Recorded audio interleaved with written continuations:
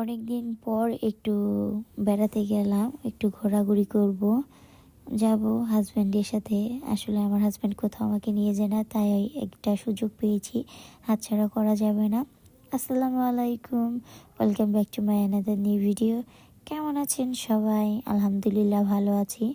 আমি ভালো থাকলেও আমার মেয়ে ভালো নাই। আসলে সন্তানের যখন অসুখ হয় মা কেমন করে ভালো থাকে। আসলে আমার মেয়ের অনেক বেশি ঠান্ডা জ্বর, এতই বেশি যে ও অনেক অসুস্থ, গ্যাসও দেওয়া হয়েছে।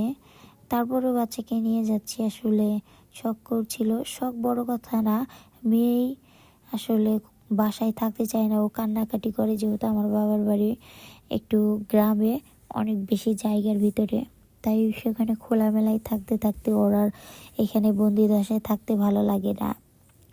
তাই আর কি নিয়ে যাচ্ছিলাম বেড়াতে। আসলে আজকে এসপি পার্কে যাব, টাঙ্গাইলের। এখানে তেমন কোনো একটা মানুষ থাকে না, তাই ভাবলাম একটু ঘুরে আসি। দুপুরবেলায় গিয়েছিলাম যাতে আমার মেয়ের কোনো সমস্যা না হয়। তারপর মেয়েকে নিয়ে যাচ্ছিলাম, ওকে ওর বাবার কোলে দিয়েছি। আসলে আমার মেয়েকে যদি কোথাও আমি নিয়ে যাই, ও সবসময় আমার কাছেই থাকে, কারো কাছেই যেতে চায় না। যেখানেই যাই না কেন, আমার মায়ের সাথে বা আমার হাজব্যান্ডের সাথে কোথাও গেলে ও শুধু আমার কাছেই থাকে, কারো কাছে যেতে চায় না। তারপরে জোর করে যদি একটু দিই, জোর করে না দিলে আমি আবার ভিডিও নিতে পারি না নিজের ইচ্ছা মতো। তারপরে এই তো যাচ্ছিলাম, সুন্দর দিনে সুন্দর ব্লগ। আসলে অনেক দিন পর ব্লগ আপলোড করছি, তাই মনেও একটু ভালো লাগছে। মেয়ে আসলে ফুল দেখেই ও পাগল হয়ে গেছে, যে কোনটা ছেড়ে কোনটা নিবে। ও আমাকে যাওয়ার পরে ফুল চাচ্ছিল, বলে ফুল ফুল।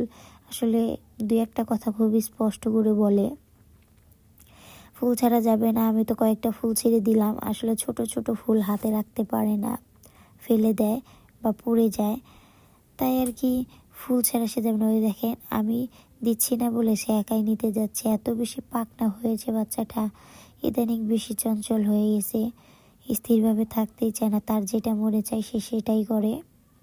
তারপর তার বাবার কাছে দিয়ে আমি একটু সামনে এসেছি। আমি বললাম তুমি নিয়ে আসো, আমি একটু ভিডিও করি। এই তো তাকে নিয়ে একটা খেলনায় চড়িয়েছিলাম। আসলে এটাতে ঘোড়া নিয়ে কী বলে আমি জানি না, চরকি না কি, এটাই আসলে চড়াতে চেয়েছিলাম, কিন্তু আমার বাচ্চা দেখেন চড়ানোর সাথে সাথে নেমে আসছে। আর কাউন্টারে লোকও ছিল না টিকিট কাটবো, তাই আর কি আর চড়ানো হলো না। তাই এখান থেকে নিয়ে গেছিলাম নৌকার কাছে। আসলে এই নৌকাটায় উঠলে এত বেশি ভয় করে, আমি এর আগের বার অনেকবারই ওঠা হয়েছে। আসলে এখানেও একবার উঠেছিলাম অনেক আগে, তখন পার্কে শুধু এই দুইটা খেলনাই ছিল, এই নৌকা আর এই দোলনা। তারপরে আমার মেয়ে ওখানে উঠবে, একাই উঠে গিয়েছিল, তাই আমি নামিয়ে নিয়ে আসছিলাম কয়েকটা ছবি তুলে।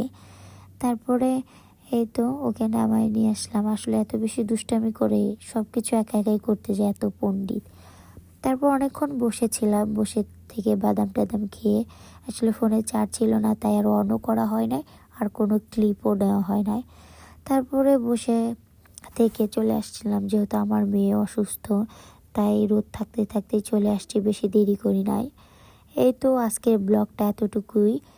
আমার চ্যানেলটা সবাই ফলো করবেন, লাইক কমেন্ট শেয়ার করবেন।